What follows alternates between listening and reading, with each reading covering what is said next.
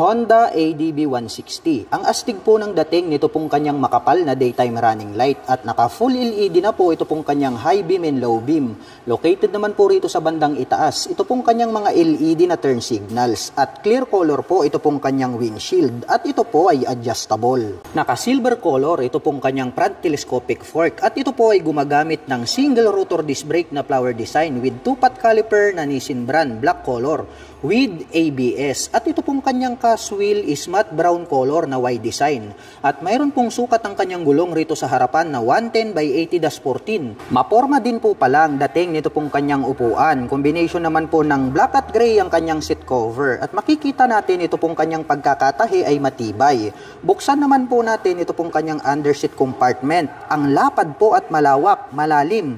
Ito pong kanyang underseat storage at kasya po rito ang isang full face helmet. At bukod dyan ay marami pa po tayong mailalagay na mga personal na gamit. Itim naman po ang kulay nito pong kanyang integrated na grab bar. At ito po ay equipped with side stand engine cut-off switch. At alloy naman po ito pong ating foot pegs para po sa ating backrider. At mayroon naman pong nakalagay na ADB 160 3D emblem na gold color dito po sa kanyang side profile. At mahaba po ito pong kanyang pillion board. At mayroon po itong footrest extension. At mayroon naman po itong rubber cover on top na anti-slip. Located naman po dito sa gitna ito pong kanyang fuel tip. At ito po ay mayroong fuel tank capacity na 8.1 liters at mayroon naman po itong fuel consumption na 45 km per liter. Naka two-tone color combination po pala ito pong kanyang CVT cover na silver at black at may naka-intact naman po dyan na Honda. Naka dual sub-tank shock absorber ang kanyang rear suspension at ito po ay Showa brand. Gold color naman po yung kanyang canister. Naka fully digital meter panel display at mayroon po itong button selector dito sa bandang gitna. Naka matte brown color ito pong kanyang naked na handlebar.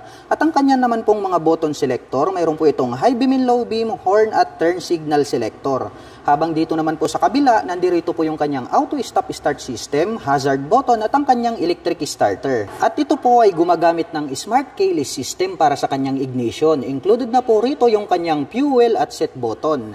Habang dito naman po sa kabila, mayroon po itong front pocket. Buksan natin, malalim po ito at pwede po tayong maglagay rito ng mobile phones. At bukod dyan ay mayroon na rin po siyang integrated na USB Type-A port. At ito po ay naka-liquid cooled para sa kanyang cooling system. May integrated na mudguard at naka two-tone color combination po na black at silver. Ito pong kanyang pipe at mayroon naman po itong single exhaust. At ito po ay gumagamit ng single rotor disc brake na flower design with Nissin na single pot caliper, black color. Matte brown naman po ito pong kanyang cast wheel at may sukat naman po ang kanyang gulong rito sa likuran na 130 by 70-13 at ito po ay naka dual purpose pattern tires. Naka X design naman po ito pong kanyang full LED na tail light at located naman po rito sa